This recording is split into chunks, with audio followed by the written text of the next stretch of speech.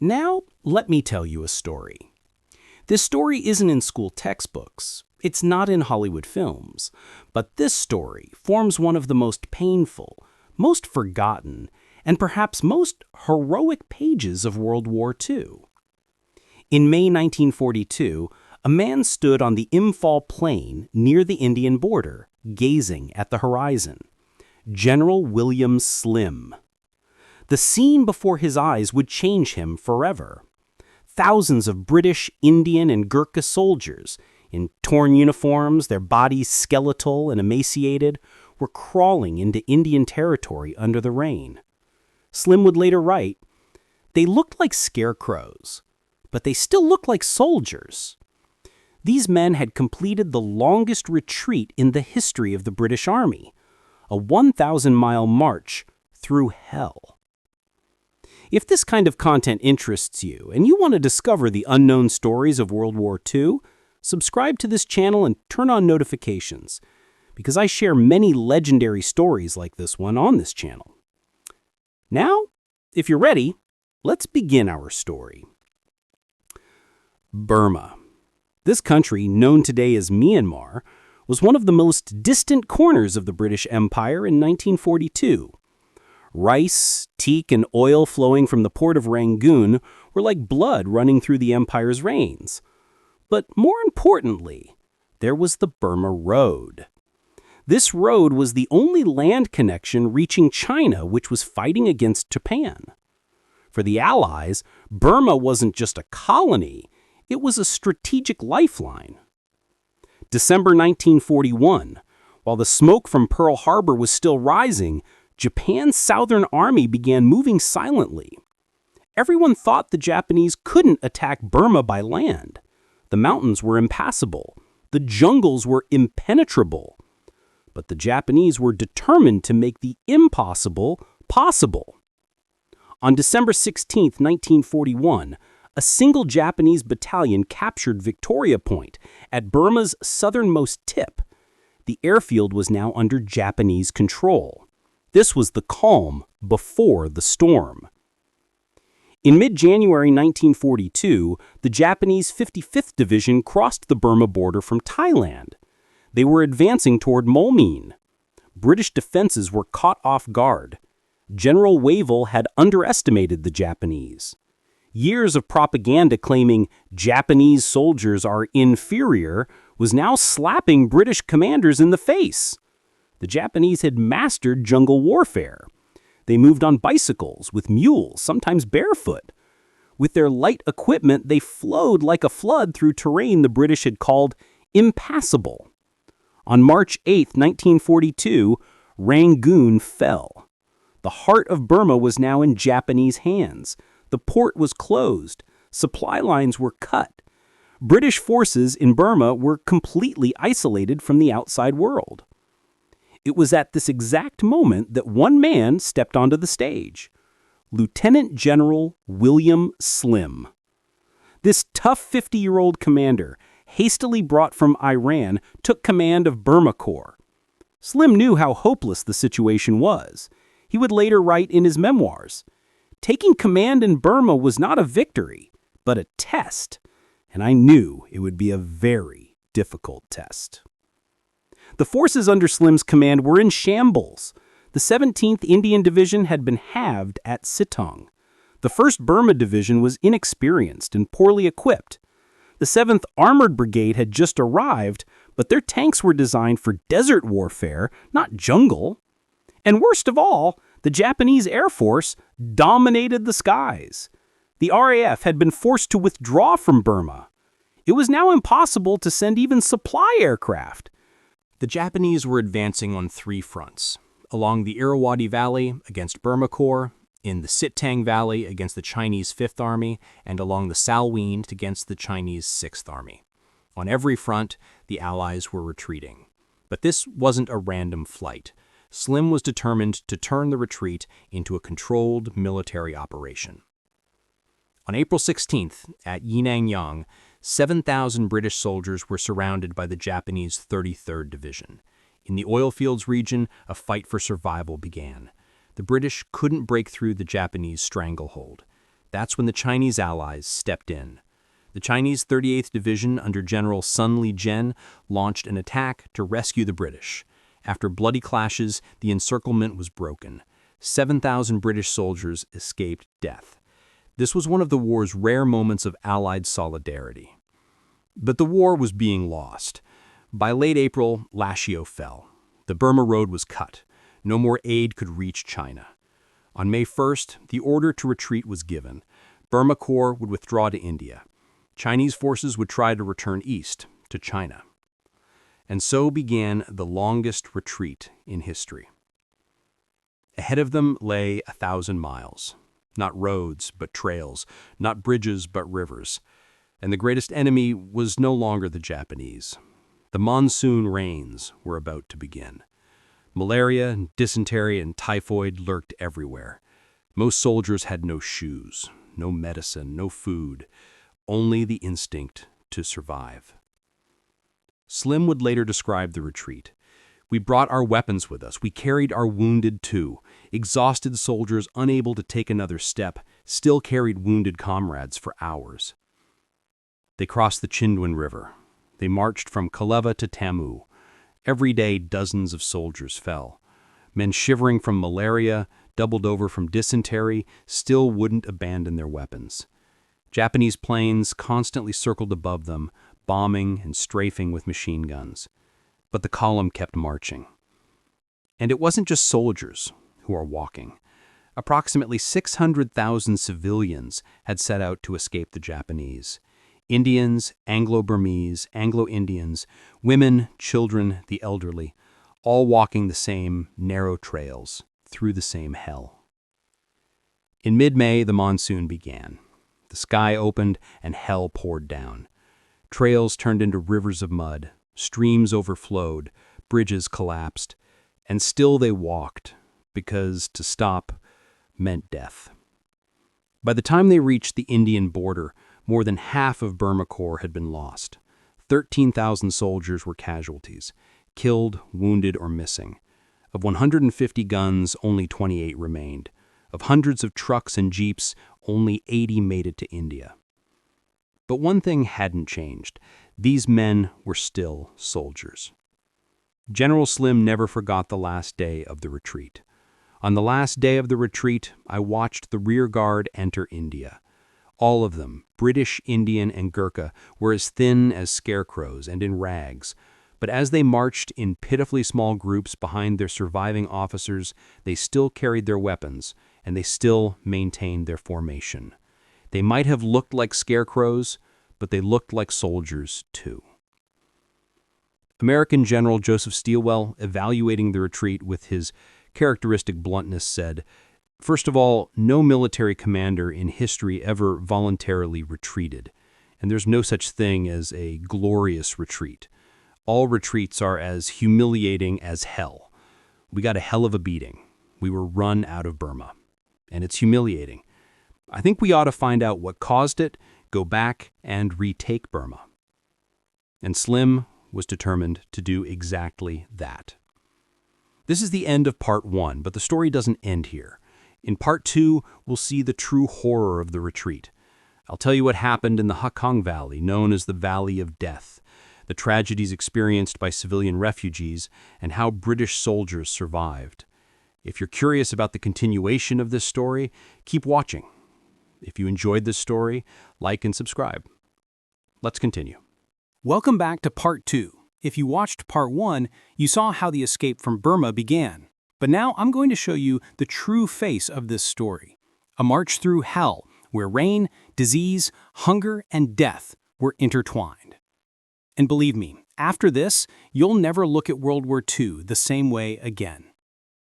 If you enjoy this kind of content and want to see more, subscribe now and turn on notifications. That way you won't miss any videos. Let's continue right away. In early May 1942, Burma Corps was advancing toward the Chindwin River. But this wasn't a simple march. This was one of the most brutal battles humans have ever fought against nature, disease, and their own limits. The Chindwin River was the natural border between Burma and India. It was wide, deep, and dangerous. But the real danger wasn't the river itself. The danger was the path that had to be crossed to reach the river. Calling it a path is actually wrong. These were narrow trails through the jungle, mountain passes, and swamps. Distances that looked like just a few centimeters on a map were in reality death marches lasting days.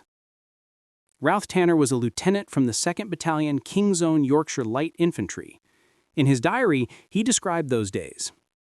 Every day was the same, but every day was harder than the last. We set out early in the morning. When the sun beat down on us, the heat became unbearable. Our uniforms were soaked with sweat, but we couldn't stop. The Japanese were behind us. Even a moment's rest could mean death. Soldiers had to march an average of about 15 miles per day. But this wasn't walking on a flat road. They were climbing steep slopes, crossing muddy streams, cutting their way through dense forests. And they were doing this while malnourished, sick, and sleep-deprived.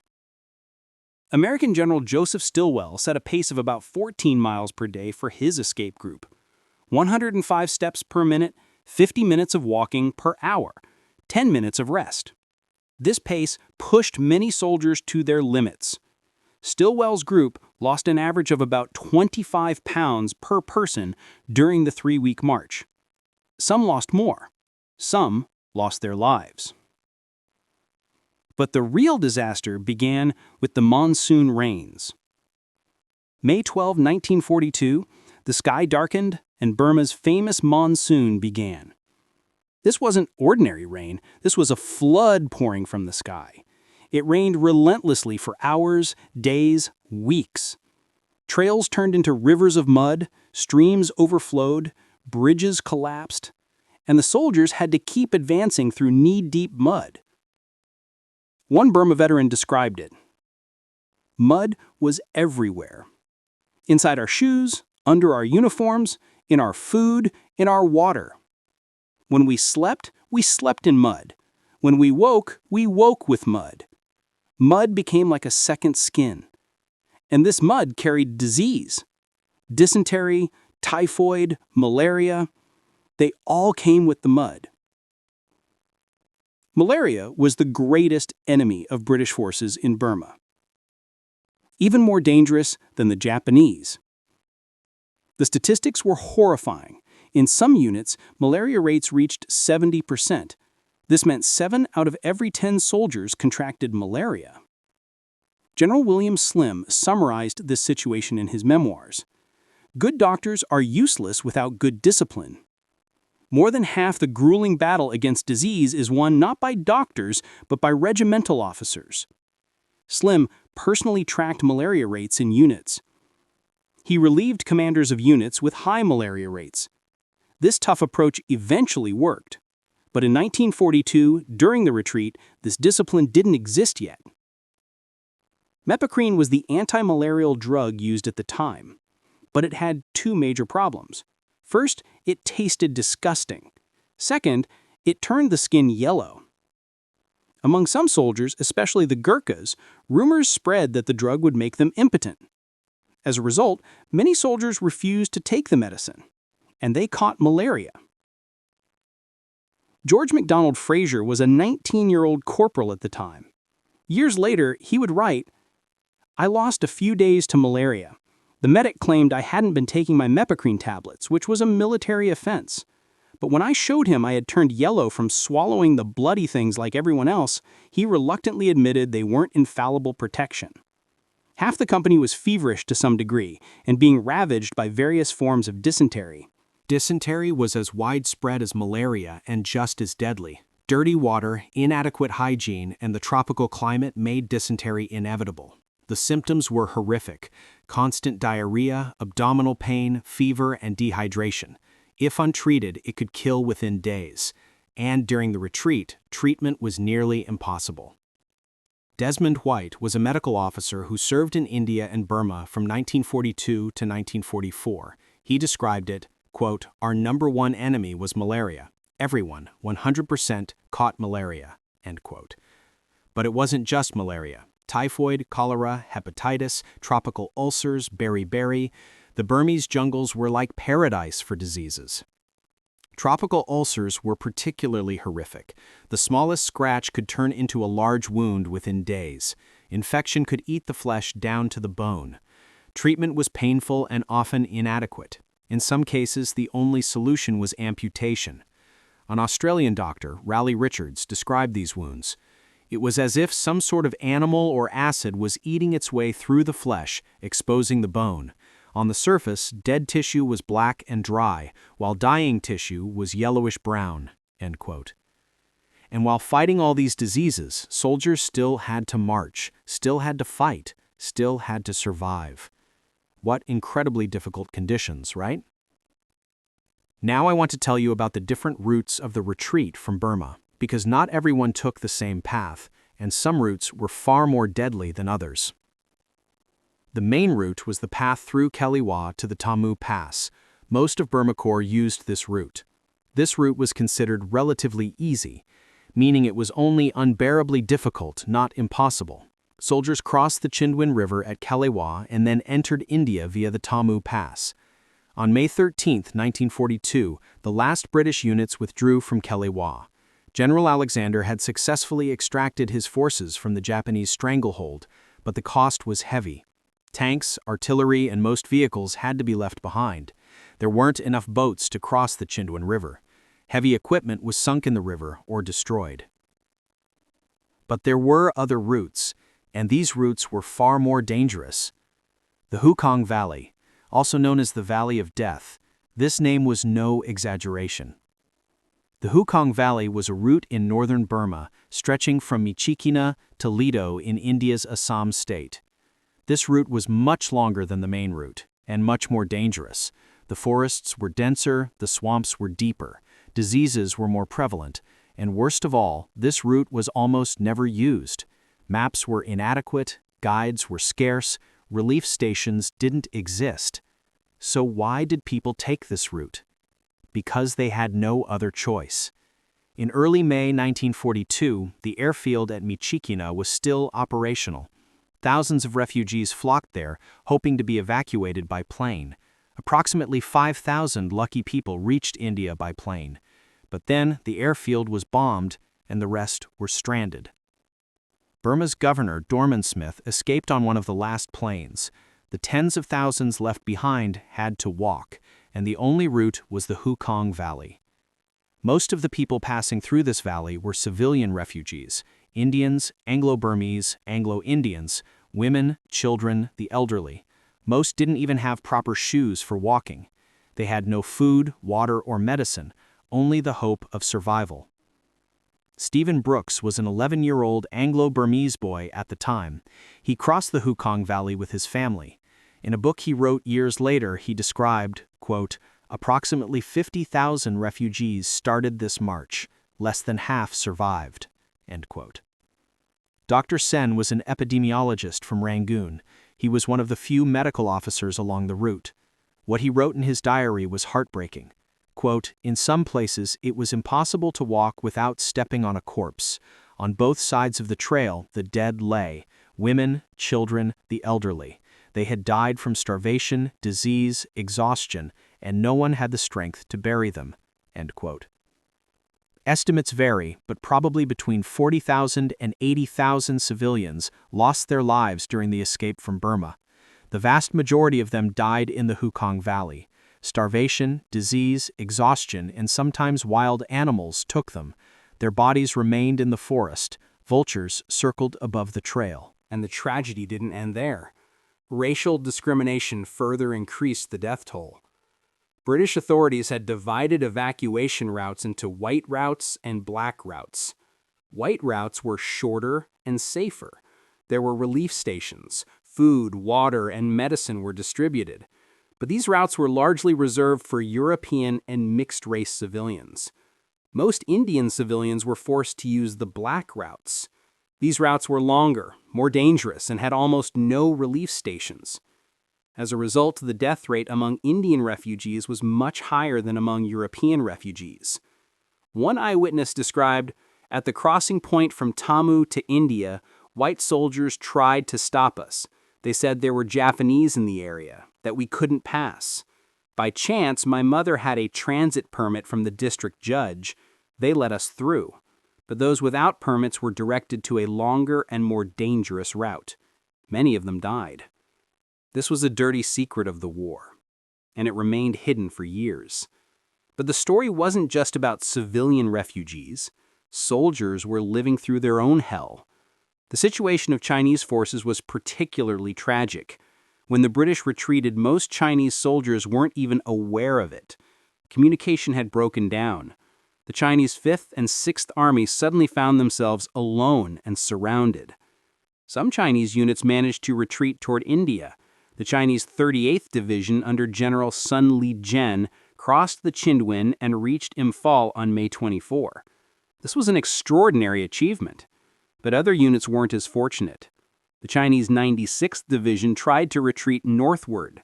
They attempted to reach China through Burma's wild northern regions via Putao. It was an incredible march, but it had a dark side.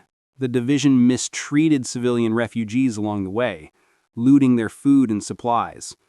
Most of the remaining Chinese units tried to return to Yunnan, to China. They tried to pass through remote mountain forests, and more than half died along the way. Starvation, disease, and exhaustion took them. American General Stilwell's story was different. Stilwell could have escaped by plane, but he refused. He said, "I'll walk with my soldiers." And he walked. He set out from Mamio on May 1. With him was a mixed group of 114 people: Americans, British, Chinese, Burmese, men, women, soldiers, civilians. There were even Burmese nurses. Stilwell set a tough pace for his group, about 14 miles per day, 105 steps per minute. He told everyone, "Many of you will curse me before we get out of here, but all of you will get out alive." And that's exactly what happened. On May 20, the group reached Imphal. In 3 weeks, they had covered more than 140 miles. They had crossed mountains, forests, rivers, but they were all alive. When Stilwell arrived in New Delhi, he told a reporter, "We got a hell of a beating. We were run out of Burma, and it's humiliating. I think we ought to find out what caused it, go back, and retake Burma." These words were an admission of defeat, but they were also a battle cry. Now, I want to tell you about General Slim's leadership, because what Slim did during this retreat would make him one of the greatest commanders of World War II. An incident that occurred when Slim visited a struggling unit perfectly summarizes his approach to leadership. In a jungle clearing, he encountered a unit in terrible shape. The soldiers looked exhausted, demoralized, and scattered. Slim looked around and understood what the problem was. The officers were setting up their own shelters. They were as tired as the soldiers, that was true, but this wasn't something Slim could accept. Slim turned to the officers and said, "As officers, you will neither eat, drink, sleep, smoke, nor even sit down until your men have done those things first. If you do this for them, they will follow you to the end of the world. If you don't, I will break you." The general stepped down from the ammunition crate and put on his hat. The entire division arose and applauded him. A few weeks later, these soldiers would be crossing the same border river where Slim had managed an invincible rearguard 3 years earlier. But this time, they were crossing for victory. Slim's leadership philosophy was simple.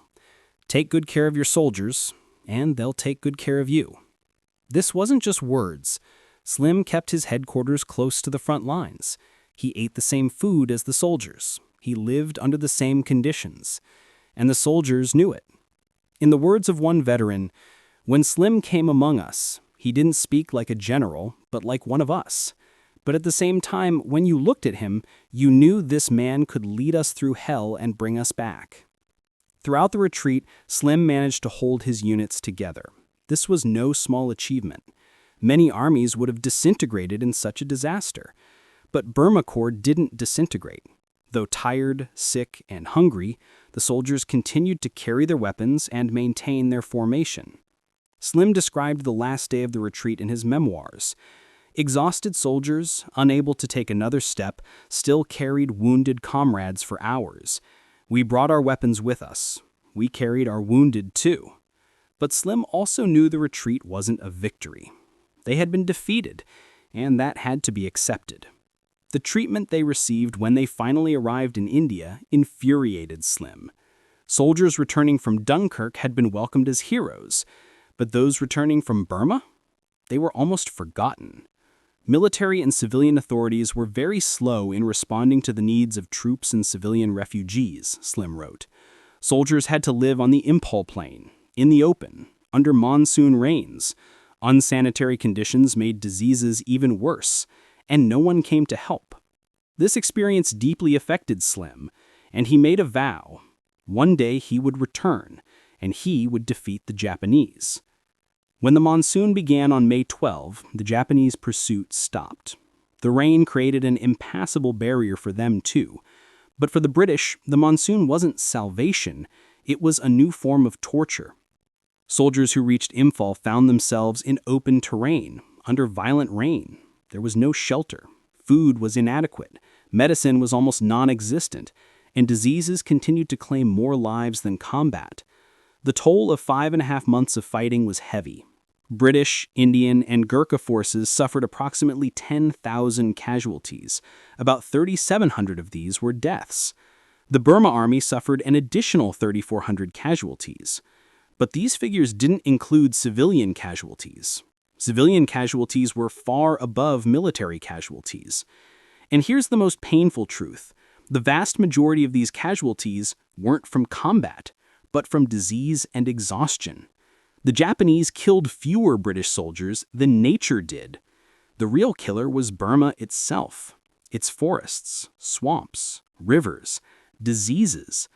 Slim learned much from the retreat. He saw that the Japanese weren't invincible. He understood they could be defeated with the right tactics, the right training, and the right leadership. And he spent the next 1.5 years building a new army. This army would sweep the Japanese out of Burma. But that's the story of part 3. For now, I want you to know this.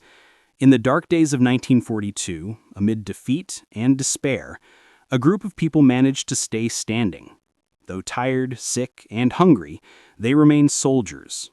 They carried their weapons, they carried their wounded too, and they vowed that one day they would return. That promise would be kept, but first, much more blood would be shed. In the third and final part, we'll see the end of this story. How did Slim's forgotten army rise again? What happened at Imphal and Kohima? And finally, how did victory come? I'll tell you all of this in the next part. If you're curious about the continuation of this story, keep watching. If you enjoyed it, like and subscribe. Thank you.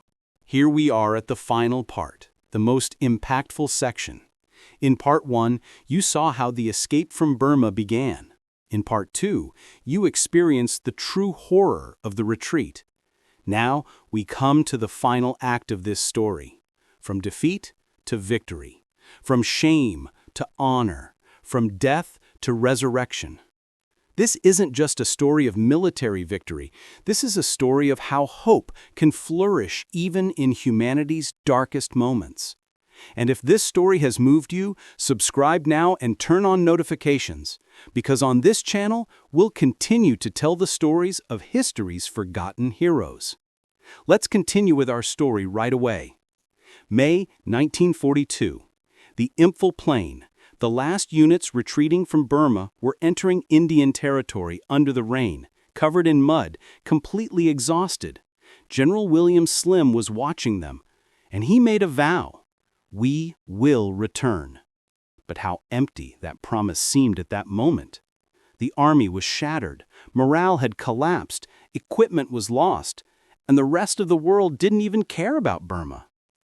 Since late 1941, a fundamental strategy had been established between Britain and America. Germany first. The war in Europe took priority over everything. The Far East was secondary.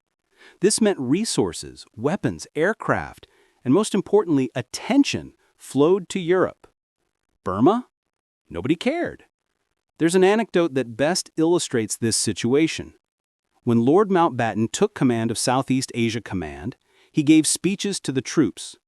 In one speech, he said, You call yourselves the Forgotten Army, don't you? Well, let me tell you something. They haven't forgotten you back home because they never even heard of you." It was a bitter joke, but it was true. Hong Kong fell in December 1941. Malaya fell in January 1942. Singapore fell in February 1942. Burma fell in May 1942. Bad news upon bad news. The British public was overwhelmed by these disasters, and after a while they stopped thinking about the war in the Far East. Attention turned to Africa, the Mediterranean, and eventually Normandy. Burma? It was hard to even find on a map. Journalism didn't help either. While there were hundreds of war correspondents in Europe, only one radio journalist was present at the Battle of Kohima, Richard Sharp, and even he had arrived there by accident and stayed only a few days. Winston Churchill's attitude also made things worse. Historians note that Churchill didn't hold the Indian Army in high regard and consistently ignored their achievements. The great Kohima and Imphal victories of 1944, the Meiktila and Mandalay victories of 1945 were barely mentioned by Churchill. But General Slim wasn't concerned with any of this. He had only one goal: to rebuild his army and defeat the Japanese. In the second half of 1942 and most of 1943, Slim set about building a new army. This wasn't simply re-equipping, this was a mental revolution. Slim analyzed the causes of defeat. Soldiers were unprepared for jungle warfare. The myth of Japanese invincibility was destroying morale. Diseases were causing more casualties than combat. Supply lines were inadequate, and most importantly, soldiers didn't believe in themselves. Slim found solutions to each of these problems. Jungle warfare training was intensified. Soldiers learned to live, move, and fight in the jungle like the Japanese. The jungle was no longer an enemy, but an ally. The myth of Japanese invincibility was destroyed. Slim constantly reminded his soldiers that the Japanese were human too, that they also got tired, got scared, and died. Every small victory was used to reinforce this message. Fighting disease became a military priority.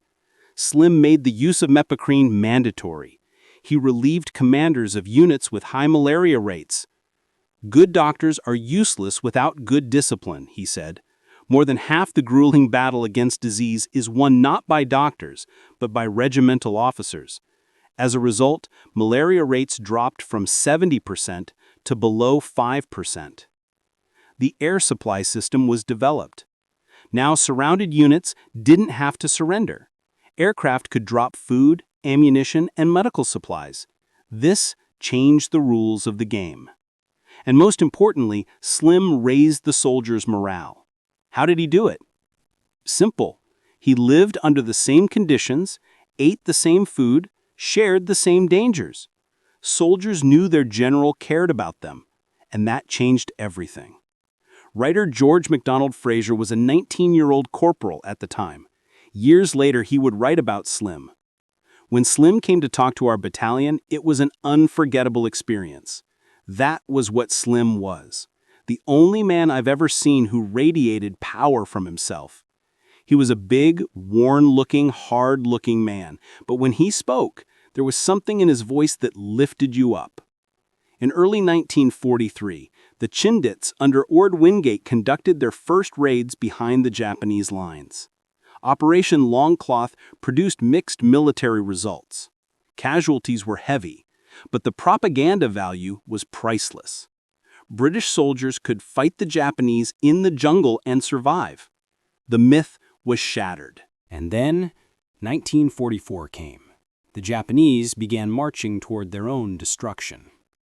General Renya Muraguchi was the commander of the Japanese 15th Army. He was an ambitious, stubborn, and overconfident man. He had played an important role in Japanese victories since the Marco Polo Bridge incident in 1937, and now he believed it was his destiny to win the victory that would determine the fate of the war.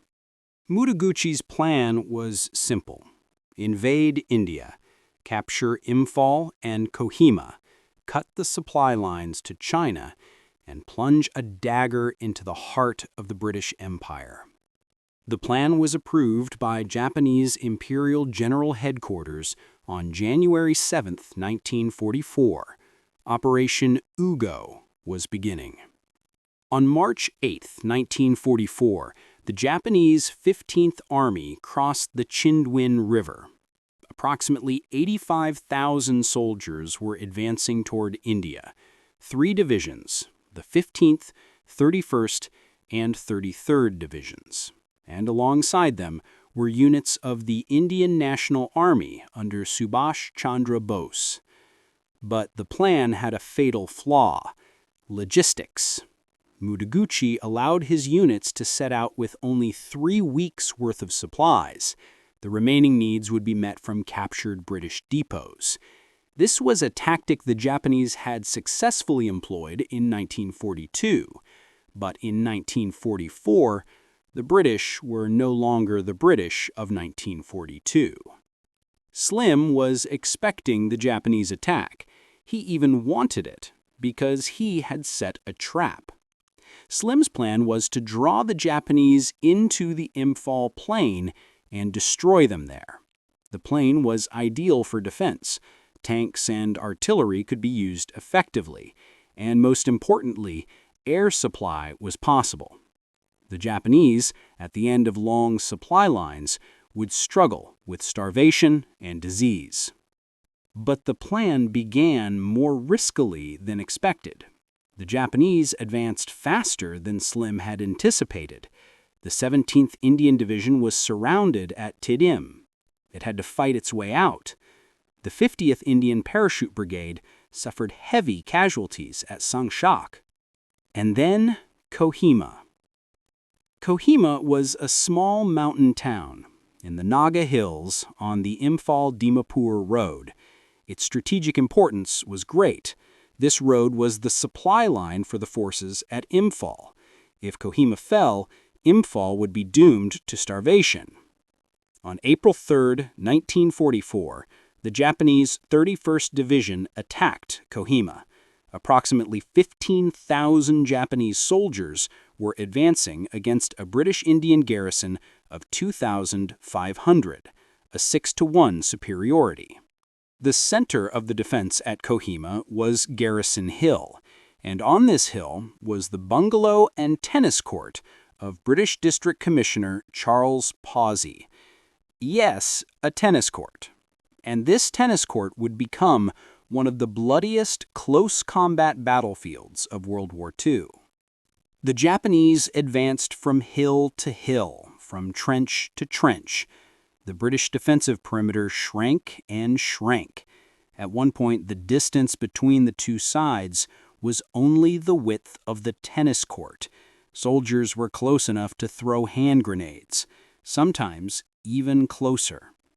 For 16 days, the small British Indian garrison held out. Water ran low. Food ran low. Ammunition ran low. Most of the wounded couldn't be treated, but still they held. Corporal John Harmon was one of the heroes of this battle. On April 7th and 8th, he single-handedly captured a Japanese machine gun nest. The next day, another. He was shot and killed while returning from the second attack. He was posthumously awarded the Victoria Cross. 18-year-old Jemadar Abdul Hafiz became the youngest soldier from the Indian Army to receive the Victoria Cross. His bravery at Kohima became legend. And finally, help arrived. The British 2nd Division was advancing toward Kohima. On April 18th, the siege was broken. But the battle wasn't over. The Japanese still held the Kohima ridges, and the Imphal-Kohima road was still closed. After another month of bloody fighting, the Japanese finally withdrew from Kohima, but they continued to cut the Imphal-Kohima road. Meanwhile, fierce battles were also raging at Imphal. Imphal was a wide plain surrounded by mountains. 4 corps was holding the defensive line here: the 17th, 20th and 23rd Indian Divisions, and thanks to air supply, they could continue fighting despite being surrounded. The Japanese attacked again and again. The 33rd Division nearly broke through the defensive line at Bishanpur. The 50th Division was pressing from the north, but every attack was repulsed with heavy casualties. And for the Japanese, the real enemy was no longer the British. It was starvation and disease. Mutaguchi's plan to feed off captured depots had been a disaster. No depots had been captured. The Japanese were starving to death. Malaria, dysentery, and beriberi were devastating the units. The monsoon rains had begun, and Japanese soldiers were wasting away in the mud, hunger, and disease. Mutaguchi's divisional commanders requested a retreat. Mutaguchi refused. He gave the order, "Attack," and the soldiers marched to their deaths. Finally, in early July, the offensive was halted. The Japanese 15th Army began to retreat. On June 22, 1944, the British 2nd Division advancing from Kohima met the 5th Indian Division advancing from Imphal. The siege was broken. The Battle of Imphal-Kohima was over. The result? The Japanese 15th Army had crossed the Chindwin with 85,000 soldiers. Fewer than 30,000 returned. Approximately 53,000 soldiers had been killed, wounded, or gone missing. The vast majority of them had died from starvation, disease, and exhaustion. British Indian forces suffered approximately 17,000 casualties, a heavy price, but less than a third of Japanese casualties. This was the greatest defeat the Japanese army had suffered up to that point. General Mutaguchi was relieved of duty, summoned to Tokyo, and forced into retirement. The Japanese Empire's dream in South Asia was over. Slim, Scoons, and Stopford were knighted by the Viceroy of India, Lord Wavell, in December 1944. The ceremony was held at Imphal, not a victory monument, but a marker of a turning point. And now the time for revenge had come. In 2013, the British National Army Museum conducted a poll. The question was simple. What was Britain's greatest battle? Waterloo? Blenheim? El Alamein? D-Day? No, the winner was the Battle of Imphal-Kohima. It was a surprise for many, but not for Burma veterans. They knew what this battle meant. After Imphal-Kohima, Slim knew there was no time to pause. The Japanese had been defeated, but not destroyed. Now it was time to sweep them out of Burma. In late 1944 and early 1945, the 14th Army wrote the most brilliant pages of its history. Slim's plan was a masterpiece of military genius. It was called Operation Extended Capital. The plan was this. 33rd Corps would advance toward Mandalay and draw Japanese attention. This was a feint. The real blow would come in the south. 4th Corps would cross the Irrawaddy River at Pakoku and strike east toward Meiktila. Meiktila was the Japanese logistics center. All highway and railway lines between Mandalay and Rangoon passed through here. If Meiktila fell, the Japanese defense would collapse. The plan involved extraordinary risks. 4th Corps had to cross the Irrawaddy River through a grueling 300-mile march. Then, they had to cross one of the world's largest rivers under enemy fire, and then they had to fight in enemy territory, far from their own supply lines. But Slim trusted his soldiers, and the soldiers trusted Slim. In January 1945, the final great offensive began. 33rd Corps crossed the Irrawaddy in the north and advanced toward Mandalay. The Japanese thought the expected attack had come. They focused all their attention northward. Meanwhile, 4th Corps was moving silently toward the south. In mid-February, they crossed the Irrawaddy at Pakoku. Before Japanese Commander General Kimura understood what was happening, British tanks were advancing toward Meiktila. On March 3, 1945, the 17th Indian Division captured Meiktila Airfield. The Japanese were shocked. Kimura realized the disaster. The Japanese attacked frantically to retake Meiktila. The remnants of the 31st Division and other units surrounded the city, but the 17th Indian Division held. Air supply continued, and every Japanese attack was repulsed with heavy casualties. Meanwhile, 33rd Corps entered Mandalay. On March 20th, 1945, the old royal capital fell. The last Japanese resistance on Mandalay Hill was broken on March 27, 1945. The battles of Meiktila and Mandalay broke the backbone of the Japanese army in Burma. The Japanese could no longer fight as an organized force. What remained was the flight of fragmented, starving, and diseased units. And Slim had one final objective: Rangoon. Rangoon was Burma's capital and main port. It had to be captured before the monsoon began. Otherwise, the 14th Army would have to wait another year. The race began. 4th Corps advanced southward at lightning speed. In 1 month, they covered more than 200 miles. Japanese resistance was mostly weak, but from time to time, suicide units blocked the way. 40 miles from Rangoon, 4th Corps was stopped. Japanese rearguards had formed a final defensive line, and the monsoon was about to begin. Slim had planned a seaborne assault, Operation Dracula. On May 2, 1945, British forces made an amphibious landing at Rangoon. The city was empty. The Japanese had withdrawn. Burma had been retaken. The numbers tell the whole story. Throughout the Burma campaign, the Japanese lost approximately 350,000 soldiers. The vast majority of them died in the 1944-1945 offensives. Total British Indian casualties were far below that. Admiral Lord Mountbatten evaluated the Imphal Kohima victory thus: probably one of the greatest battles in history. In fact, the Battle of Burma itself, the British Indian Thermopylae. General Kimura, commander of the Japanese Burma Area Army, described Slim's Meiktila operation as the masterpiece of the war. And Slim himself wrote in his memoirs, "The war was waged under the most difficult conditions, in the worst terrain. It was a fight to the death between two resourceful and brave armies." But the victory didn't receive the attention it deserved. When Slim returned to Britain in 1945, he found a lukewarm reception. Montgomery and Alexander were the heroes of the day. Burma? Nobody knew. Nobody cared.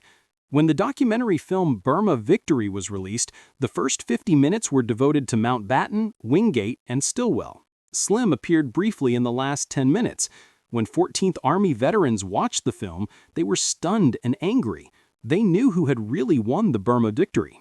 This shows why the nickname Forgotten Army was so fitting. The 14th Army was the largest army the British Commonwealth had ever assembled. At its peak, there were approximately 1 million soldiers. 85% of them weren't British. Indians, Gurkhas, Africans, Burmese, people from more than 20 nations, speaking more than 100 languages. Captain Yavar Abbas was an Indian officer who had previously served in the 11th Sikh Regiment. He described the 14th Army thus: "There was wonderful camaraderie. British and Indians were blending together." This multicultural army became a unified and effective fighting force under Slim's leadership. They overcame national differences and language barriers. They fought in harsh climates and merciless terrain. And they won. At Kohima War Cemetery, on the memorial of the British 2nd Division, there's a famous inscription. It's known as the Kohima Epitaph. When you go home, tell them of us and say, "For your tomorrow, we gave our today." These words aren't just for those who died at Kohima. They're for the entire Forgotten Army, for the entire Burma campaign, for everyone who fought and died thousands of miles from home, unrecognized and uncommemorated. Now, we've come to the end of this story, but actually, this isn't an end. This is a reminder. In 1942, a defeated, scattered, hopeless army marched 1,000 miles under the world's most difficult conditions. They fought starvation, disease, and death, and they survived. In 1944, the same army inflicted one of history's greatest defeats on the Japanese. At Imphal and Kohima, they stopped and drove back the invincible Japanese army. In 1945, the same army retook Burma. From Mandalay to Rangoon, they marched from victory to victory, and they completed one of the most brilliant military campaigns of World War II. All of this was mostly forgotten. It was overshadowed by the war in Europe. It became a footnote in history books. But now, you know this story, and I hope you'll tell others. General Slim, in a post-war speech to his soldiers, said, "When the 14th Army was formed, I told you it could become one of the most renowned armies of the British Empire. And so it did. You inherited a legacy of defeat and disaster. You constantly struggled with shortages of equipment and men, but with your discipline, your courage, your dash, your skill, and above all, your refusal to ever accept defeat by man or nature, you achieved what few thought possible. These words were spoken 80 years ago, but they're still relevant today. The forgotten army doesn't deserve to be forgotten, and this video is a small tribute to their memory. If this story moved you, if you want to honor these heroes, hit the like button now, leave a comment, and share this video. And of course, don't forget to subscribe and turn on notifications, because on this channel, we will continue to tell many more unknown stories of World War II. In the next video, we'll discover the story of another forgotten war, another forgotten hero. Who knows, it might be the story of your own ancestors. Until then, don't forget history, because those who forget history are doomed to repeat it. And as Slim said, armies do not win wars by having a few groups of super soldiers. They win by the average quality of their standard units. Any ordinary, well-trained infantry battalion ought to be able to do what a commando unit could do. In the 14th Army, they could and did. This was the story of the forgotten army. And now, you remember them too. See you soon. Goodbye.